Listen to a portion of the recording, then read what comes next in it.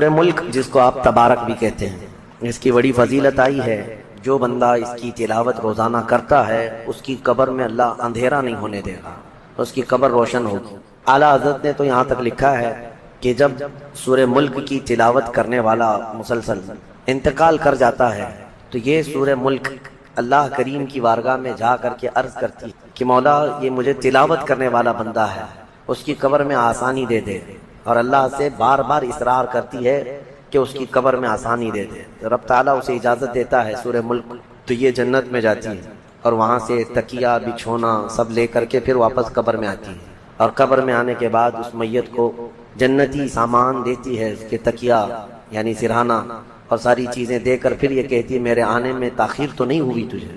سورہ ملک یہ رفاقت ادا کرتی ہے تلاوت کرنے والے کے ساتھ، اور قیامت کے دن تو یہ فرمایا گیا کہ سورہ ملک کو اللہ ایک شکل عطا کرے گا اور یہ جھگڑا کرے گی اللہ کریم کی بارگاہ میں اپنے پڑھنے والے کے لیے، کیا کہ اللہ میں تیرے کلام کا حصہ ہوں یا نہیں؟ رب تعالیٰ فرمائے گا کیوں نہیں، تو میرے کلام کا حصہ ہے۔ تو سورہ ملک یہ کہے گی کہ مولا یا تو پھر یہ میرے تلاوت کرنے والے کو بخش دے یا تو پھر مجھے اپنے کلام سے نکال دے۔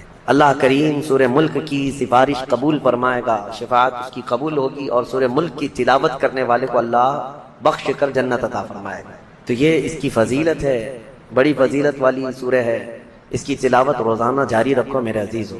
میں نوجوانوں سے کہتا ہوں تم تو ایئر فون لگا کر پتہ نہیں کیا کیا سنتے سنتے کب سوتے ہیں۔ کچھ لوگوں کو تو میں دیکھا سفر وغیرہ میں دیگر جگہوں پر ان کے کان میں بجتے ہی رہتا ہے، وہ سوئے بھی رہتے ہیں اور صبح اٹھنے تک بھی ان کے کانوں میں وہ بجتے ہی رہتا ہے۔ یہ بیماری ہے یا تو ایڈکٹ ہو چکے کچھ لوگ، کیا بجتا رہتا ہے اتنا کنٹینیو کہ نیند میں بھی کچھ لوگوں کو عادت ہے کہ وہ کانوں میں لگا رہے۔ کیا ہی بہتر ہوتا کہ روزانہ سونے کے وقت تم کانوں میں سورہ ملک کی تلاوت لگا کر کے سو جاتے۔ مشکل سے 5 منٹ میں یہ تلاوت اگر کسی اچھے قاری قرآن سے سنتے ہیں تو 5 منٹ، ورنہ 2-3 منٹ میں یہ قرآن اگر حدر کے ساتھ اس کو پڑھ لیا جائے تو زیادہ سے زیادہ 3 منٹ میں یہ سورہ ملک پوری ہو جاتی ہے۔ 3 منٹ میں سورہ ملک پڑھ بھی سکتے ہیں یا سن بھی سکتے ہیں، لیکن لوگوں کی آج مینٹیلٹی ایسی بنی ہوئی ہے کہ ان کو دھن چاہیے، گانے باجے اور میوزک چاہیے۔ میں یہ کہتا ہوں کہ گانے باجے تو چھوڑو، نعتیں بھی اپنی جگہ پر اپنا مقام، لیکن اللہ کا کلام اپنی جگہ پر ہے۔ تو تمہیں عادت یہ ڈال لینی چاہیے کہ سورہ ملک کی تلاوت روزانہ کریں گے یا سنیں گے اور اس کے بعد سوئیں گے۔ انشاءاللہ جس دن ہمارے جانے کا ہوگا قبر میں یہ سورہ ہماری روشنی لائے گی انشاءاللہ۔ سورہ قلم دوسری سورہ ہے جس میں اللہ کریم نے اپنے حبیب صلی اللہ تعالیٰ علیہ وسلم کی تعریف میں یہ سورہ نازل فرمائی۔ ویسے تو دیکھا جائے آغاز سے اخیر تک قرآن ہے نعت مصطفیٰ، آغاز سے اخیر تک قرآن ہے نعت مصطفیٰ، محبوب کے بیان کا کیسا انوکھا ڈھنگ ہے۔ نبی پاک صلی اللہ تعالیٰ علیہ وسلم کی عظمت میں یہ آیتیں اتری ہیں۔ اللہ تعالیٰ فرماتا ہے نون والقلم وما یسطرون ما انت بنعمت ربک بمجنون وان لک لاجرا غیر ممنون۔ مصطفیٰ کریم صلی اللہ تعالیٰ علیہ وسلم کو مکہ کے کفار مجنون کہتے تھے، یعنی دیوانہ، اور اللہ تعالیٰ دفاع فرما رہا ہے محبوب آپ مجنون نہیں ہیں، اپنے رب کی نعمتوں سے بھرے ہوئے ہیں۔ وَإِنَّكَ لَعَلَىٰ خُلُقٍ عَظِيمٍ، آپ تو دنیا میں سب سے بلند اخلاق پر پیدا کیے گئے۔ ہاں تیرے خلق کو حق نے عظیم کہا، تیرے خلق کو حق نے عظیم کہا، تیرے خلق کو رب نے جمیل کیا، کوئی تجھ سا ہوا ہے نہ ہوگا شہا، تیرے خالق حسن و ادا کی قسم۔ نبی پاک صلی اللہ تعالیٰ علیہ وسلم کی سیرت کو اللہ نے سب سے عظیم کہا، خلق، اور خلق یعنی حضور کی صورت کو بھی سب سے خوبصورت کیا۔ نہ حضور کی صورت جیسا کوئی ہے، نہ حضور کی سیرت جیسا کوئی ہے۔ قرآن اس چیز کی گواہی دے رہا ہے، آپ سب سے بلند اخلاق پر پیدا کیے گئے۔ آؤ میں آپ کو بتاؤں، ام المومنین عائشہ صدیقہ رضی اللہ تعالیٰ عنہا سے پوچھا گیا ماں آپ بتائیں رسول اللہ صلی اللہ علیہ وسلم کے اخلاق کیسے تھے؟ حضرت عائشہ صدیقہ فرماتی ہیں کان خلقہ القرآن، ان کے اخلاق تو پورا قرآن ہے۔ حضور صلی اللہ علیہ وسلم کے اخلاق قرآن ہے۔ حضرت عائشہ فرماتی ہیں قرآن حضور کے اخلاق ہیں پورے۔ میں یہ کہتا ہوں اپنے غیر بھی اس بات سے متاثر ہیں کہ نبی پاک صلی اللہ علیہ وسلم کے اخلاق کوئی بناوٹی اخلاق نہیں تھے۔ آپ کے کردار، آپ کا کیریکٹر جو ہے وہ کوئی تکلف سے تصنع سے آنے والا نہیں تھا، یہ نیچرلی اللہ تعالیٰ نے اس اعلیٰ اخلاق پر آپ کو پیدا کیا تھا، بلند اخلاق پر آپ کو پیدا کیا تھا۔ آپ عربوں میں جو حضور کے جانی دشمن تھے ان سے بھی اگر کوئی چیز پوچھ لیں بتا دیں گے۔ اس زمانے کے جو مکہ کے کفار جو جان کے درپے تھے، تلواریں سوتے کھڑے رہتے تھے کہ قتل کر دیں، لیکن ان سے پوچھیں کیا محمد صلی اللہ تعالیٰ علیہ وسلم کے اخلاق کیا ہیں، تو وہ کہتے ہیں ہماری دشمنی اپنی جگہ پر، لیکن آج تک ہم نے کبھی ان کو جھوٹ بولتے نہیں سنا، نہ کبھی امانت میں خیانت کیا، نہ کسی کو فحش بات کرتے ہوئے دیکھا، نہ کسی کو گالی دیا، نہ کبھی وعدہ خلافی کیا، نہ کسی کو ترچھی نگاہ سے دیکھا، نہ کسی کے ساتھ ظلم کیا۔ یہ حضور کے اخلاق ہیں۔ نبی پاک صلی اللہ علیہ وسلم نے امت کو یہ تعلیم دی، من لم یؤخر کبیرنا ومن لم یرحم صغیرنا ومن لم یؤخر کبیرنا فلیس منا۔ جو ہمارے چھوٹوں پر رحم نہیں کرتا اور بڑوں کی عزت نہیں کرتا وہ ہم میں سے نہیں ہے۔ یہ اخلاق نہیں ہے تو اور کیا ہے؟ یہ اعلیٰ کردار ہیں نبی پاک صلی اللہ علیہ وسلم کے۔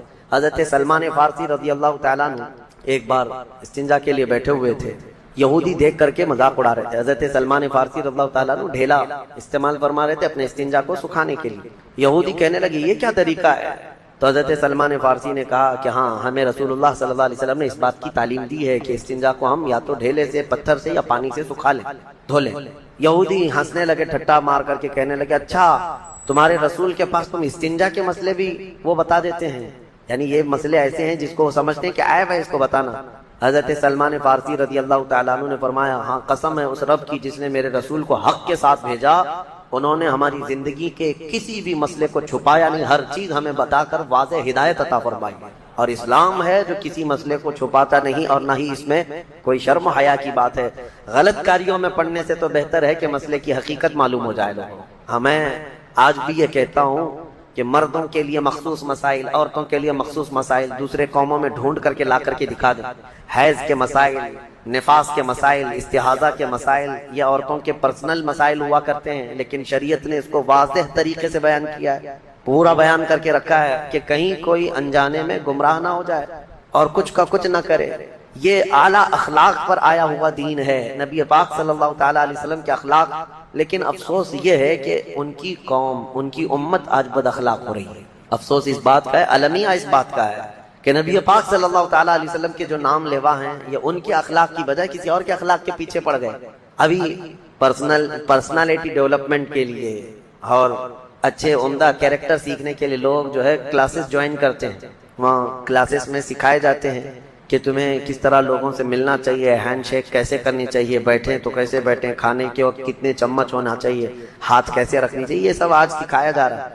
لیکن مجھے افسوس اس بات کا ہے کہ ہمارے بچے ان لوگوں سے اخلاق سیکھنے جا رہے ہیں جن کو پیشاب کا طریقہ بھی نہیں معلوم، ہاں کھڑے ہو کر کے پیشاب کر کے آ جاتے ہیں اور یہاں اخلاق سکھا رہے ہوتے ہیں، اخلاق سکھا رہے ہیں اور لوگوں کو یہ بتا رہے ہیں کہ ایک اچھے کیریکٹر، گڈ مینرز، پتہ نہیں کیا کیا الفاظ دے کر کے۔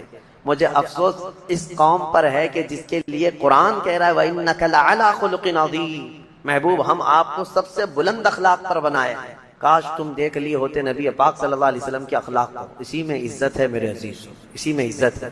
کچھ لوگوں نے آج ایسا سمجھ لیا ہے کہ حضور کے اخلاق، حضور کے کردار بہت پرانے ہو گئے، اس زمانے کے اگر طور طریقوں پر ہم چلیں گے تو پتہ نہیں آپ نئی دنیا میں ہم کو کیا سمجھیں گے، ملا بولیں گے، مولوی بولیں گے۔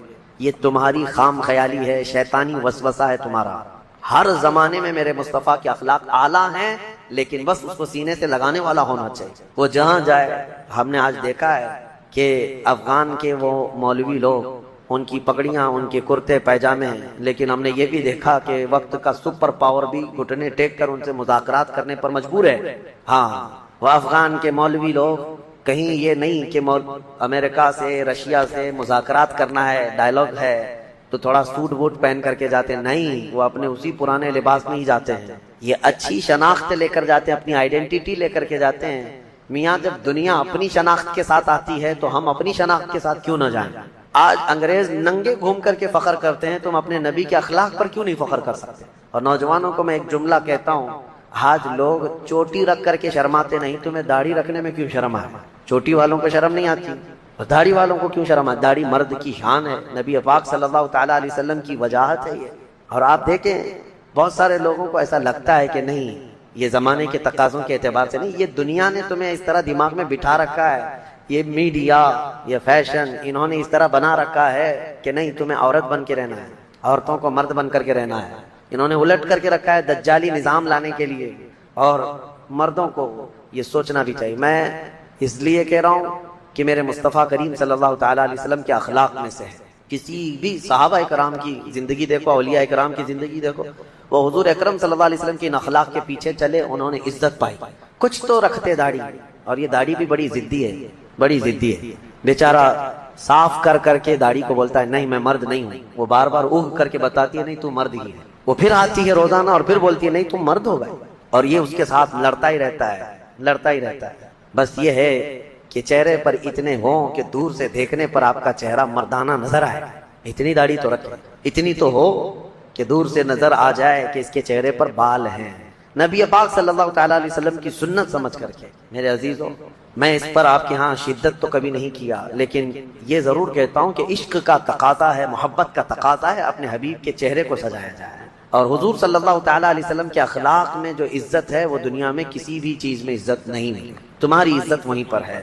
رب تبارک و تعالیٰ نے فرمایا وَإِنَّكَ لَعَلَىٰ خُلُقٍ عَظِيمٍ، اے محبوب ہم نے آپ کو بلند اخلاق پر بنایا ہے، بلند اخلاق پر بنایا ہے.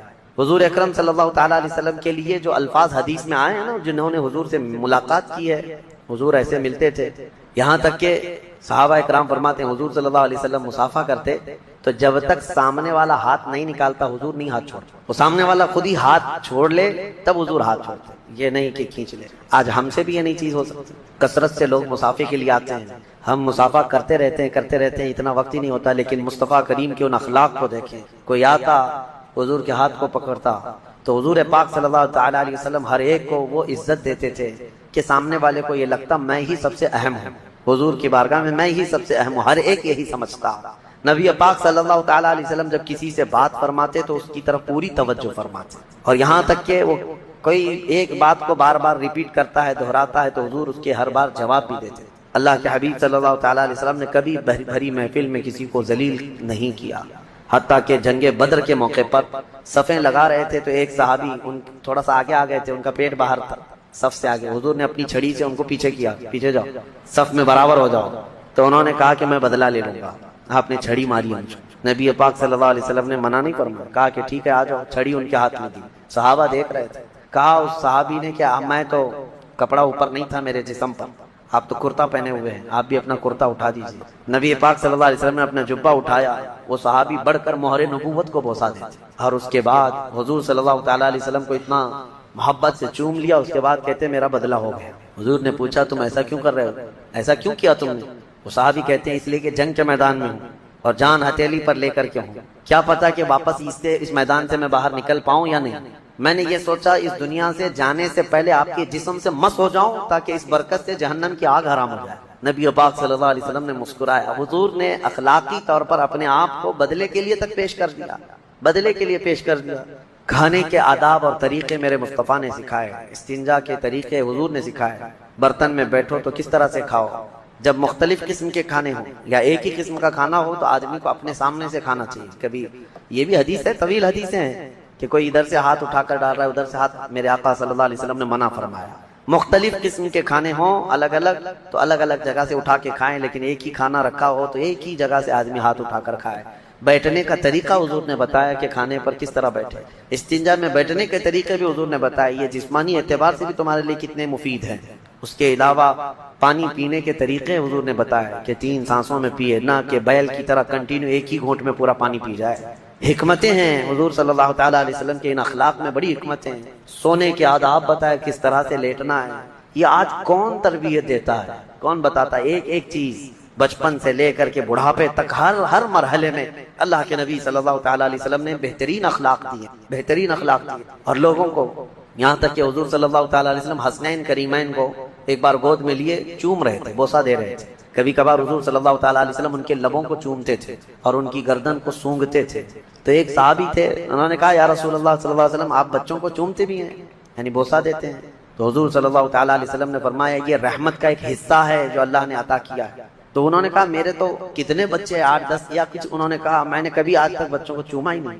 کہا حضور اکرم صلی اللہ تعالیٰ علیہ وسلم نے کہ بچوں کو یہ پیار کرو، یہ بوسہ دینا یا ان کو قریب کرنا یہ حضور کی سنتوں میں سے ہے. پہلے عرب لوگ اس کو عیب سمجھتے تھے کہ بچوں کو کیسے اٹھائیں گے، یہ سب کام عورتوں کا ہے. اللہ کے نبی صلی اللہ تعالیٰ علیہ وسلم نے بچوں کا پیار سکھایا ہے. جو باپ جتنا اسے وقت دے گا، جتنا پیار دے گا، جوانی میں بچہ اس کے لیے اتنا ہی خدمتگار ہوگا، اتنا ہی خدمتگار ہوگا. بہت سارے میدان ہیں جس میں اللہ کے نبی صلی اللہ تعالیٰ علیہ وسلم نے اپنے اخلاق سکھائے ہیں، کیا کیا کہیں، بس یہی ہے جو اعلیٰ حضرت فاضل بریلوی نے فرمایا، یا رسول اللہ تیرے خلق کو رب نے عظیم کیا، تیرے خلق کو رب نے جمیل کیا، کوئی تجھ سا ہوا ہے نہ ہوگا شہا، تیرے خالق حسن و ادا کی قسم۔ اور اس کے بعد اسی سورہ قلم میں اللہ تعالیٰ نے ایک شخص کی مذمت میں 10 برائیاں گنائی ہیں، ولید بن مغیرہ، جس نے حضور صلی اللہ علیہ وسلم کی گستاخی کی تھی، حضور کو برا بھلا کہتا تھا، گالیاں دیتا تھا، تو حضور اکرم صلی اللہ تعالیٰ علیہ وسلم کو اس کی باتیں بری لگیں، شاق گزری، تو اللہ تعالیٰ نے آیتیں نازل فرمائی اس کے حق میں، جو آیتیں ہیں فَلَا تُطِعِ الْمُكَذِّبِينَ، جھٹلانے والوں کی پیروی نہ کریں اے میرے رسول، ان کی مت سنیں آپ، وَدُّوا لَوْ تُدْهِنُ فَيُدْهِنُونَ وَلَا تُطِعْ كُلَّ حَلَّافٍ مَّهِينٍ، کثرت سے قسم کھانے والا جھوٹا آدمی، اور کئی برائیاں اللہ تعالیٰ نے گنائی، اس میں ایک برائی تھی عُتُلٍّ بَعْدَ ذَلِكَ زَنِيمٍ، یہ زنا سے پیدا ہوا آدمی، اس کا نسب نہیں ہے، ولید بن مغیرہ کے بارے میں۔ جب یہ آیتیں اتری تو اس کو لوگوں نے بتایا کہ تیرے متعلق تو قرآن میں خرابیاں آگئی، تیری برائیاں گنائی، تو غور سے سنا اس نے آیتیں، اور اس کے بعد پھر کہا کہ 9 تو میں جانتا ہوں ہے میرے اندر، یہ جو ہے 9 تو مجھے معلوم ہے، یہ 10ویں کہ میں زنا سے پیدا ہوا ہوں، یہ کیسے، میں تو میرے باپ کا بیٹا ہوں۔ دوڑتا ہوا پھر آیا اپنے گھر میں، اپنی ماں کو گرا دیا زمین پر اور چڑھ کے بیٹھ گیا اس کے سینے پہ، کہا سچ سچ بتا میں کس کا بیٹا ہوں۔ آج کے یہ سب حرامیوں کو پوچھ لینا چاہیے اپنی ماں سے جا کر کے، جو حضور کی شان میں بھونکتے ہیں، گالیاں دیتے ہیں، ان کو پوچھ لینا چاہیے اپنی ماں سے جا کر کے، یہ قرآن کا اصول میں بتا رہا ہوں، اس میں مجھے کوئی جھجک نہیں ہے۔ اور اپنی ماں کو گرا کر کے سینے پر چڑھ کر بیٹھ کر پوچھنے لگا بتا، اس کی ماں نے بہت اچھا جواب دیا، کہا تو اگر صحیح باپ کا ہوتا تو اپنی ماں کے سینے پہ نہیں بیٹھتا، حقیقت میں تو اپنے باپ کے نام سے جو مشہور ہے اس کا نہیں ہے، جنگل میں ایک چرواہا تھا، اس سے میں نے زنا کر لیا تھا، مجھ سے ہو گئی تھی بدکاری اور اسی سے تو پیدا ہوا۔ ولید بن مغیرہ اٹھ گیا اور کہا 10ویں بھی کمپلیٹ ہو گئی، 9 تو تھی اندر، 10ویں برائی بھی کمپلیٹ ہو گئی۔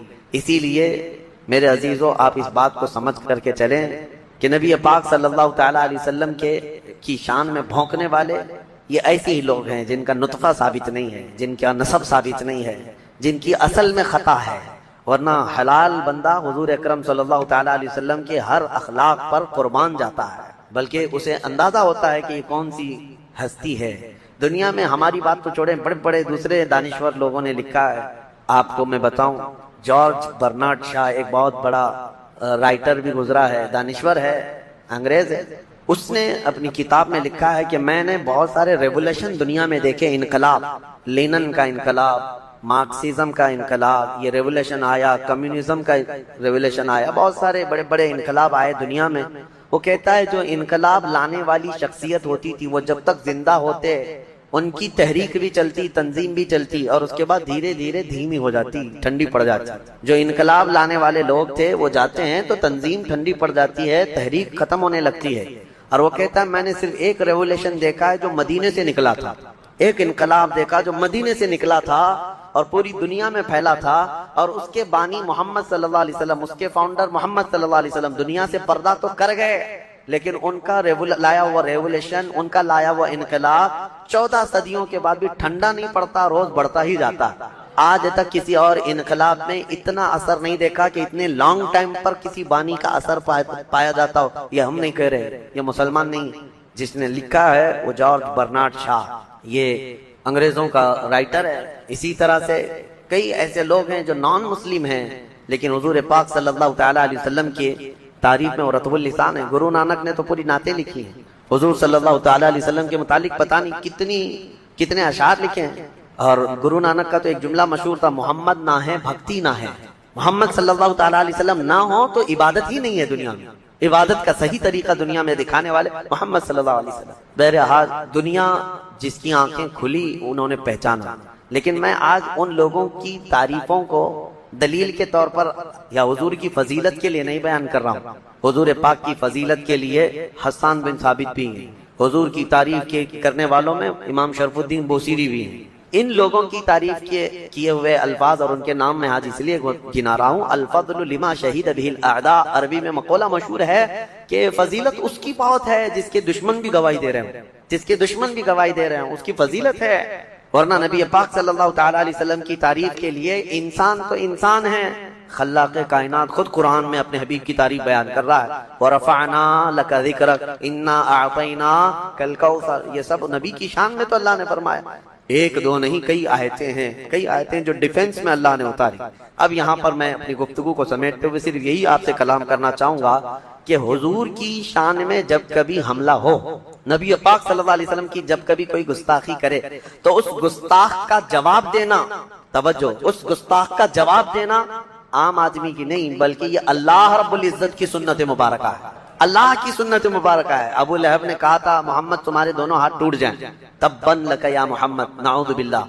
ابو لہب نے یہ کہا حضور کو گراں گزری یہ بات، تو اللہ نے ڈیفنس میں جواب میں فرمایا آپ کے نہیں، تبت یدا ابی لہب و تب، ابو لہب کے دونوں ہاتھ برباد ہو جائیں۔ کون جواب کون دے رہا ہے؟ رب ذوالجلال دے رہا ہے۔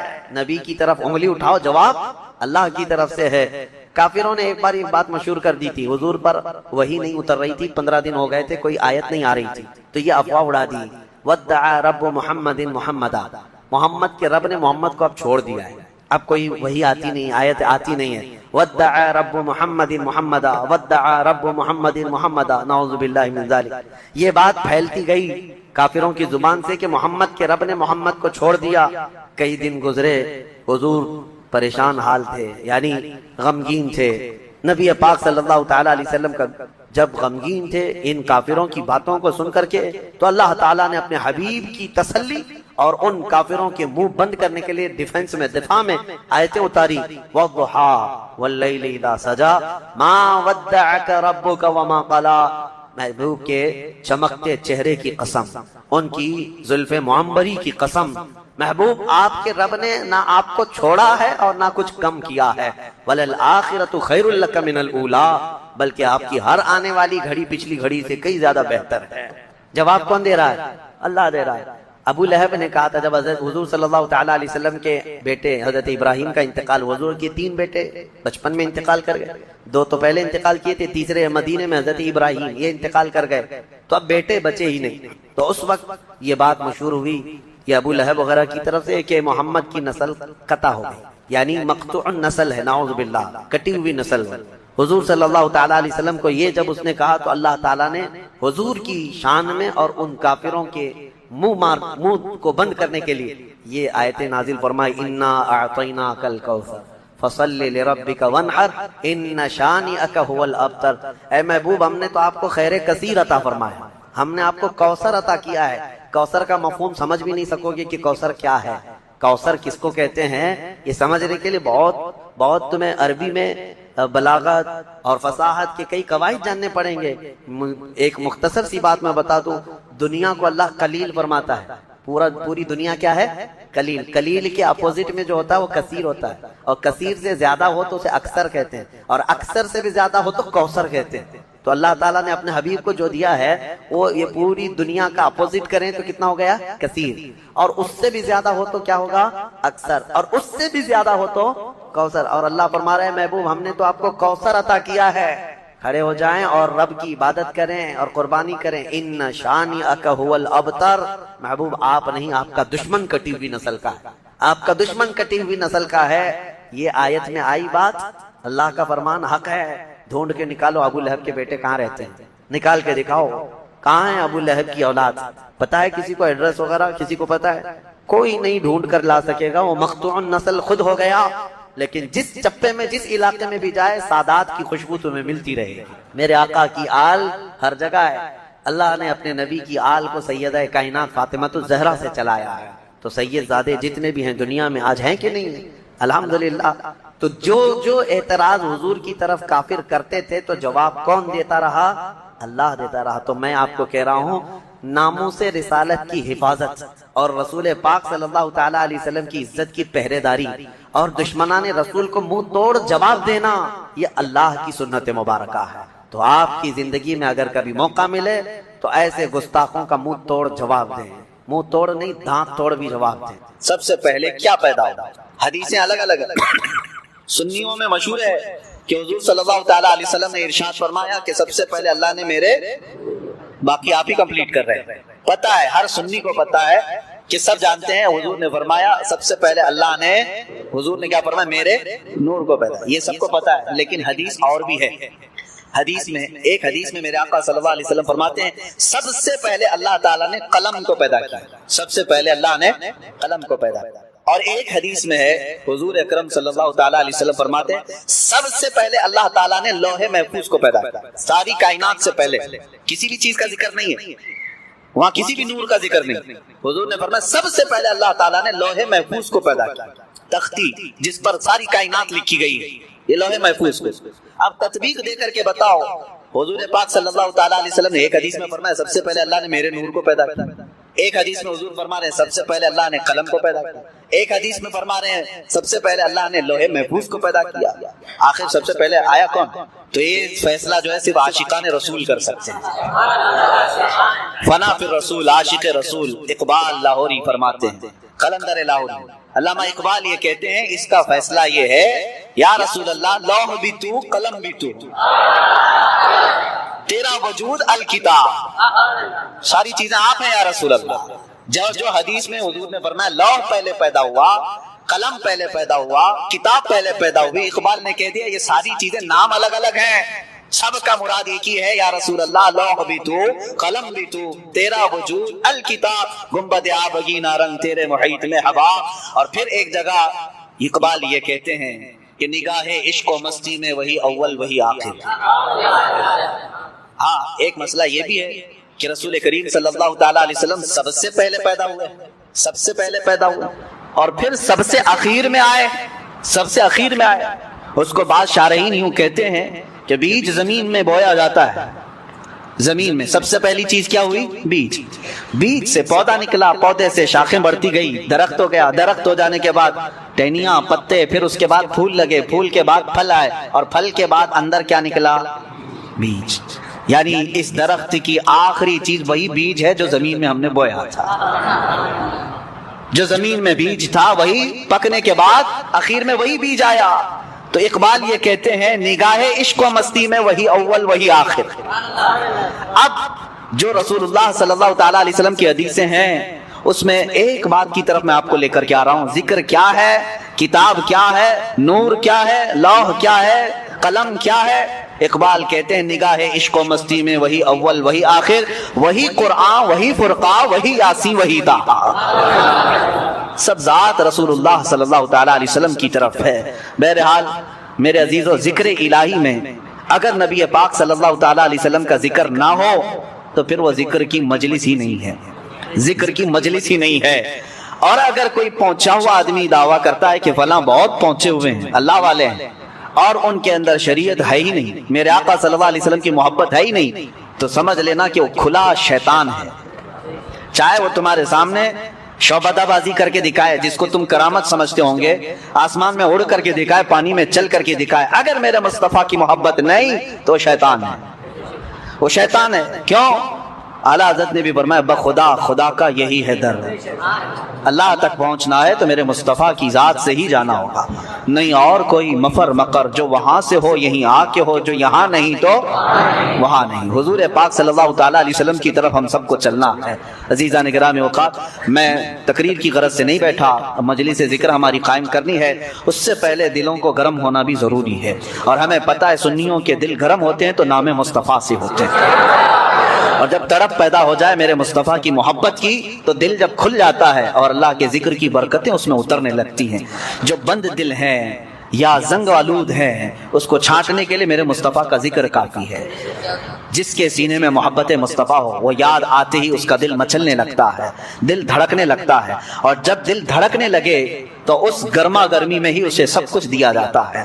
آپ کو پتا ہے بہت ساری چیزیں نقش کرنے کے لیے تپانا پڑتا ہے. ہاں، سونے کو نقش کرنے کے لیے پہلے آگ میں تپایا جاتا ہے، جب وہ گرم ہو جائے تو چھوٹی سی ہتھوڑی سے اس پر اچھا خاصا نقش بن جاتا ہے.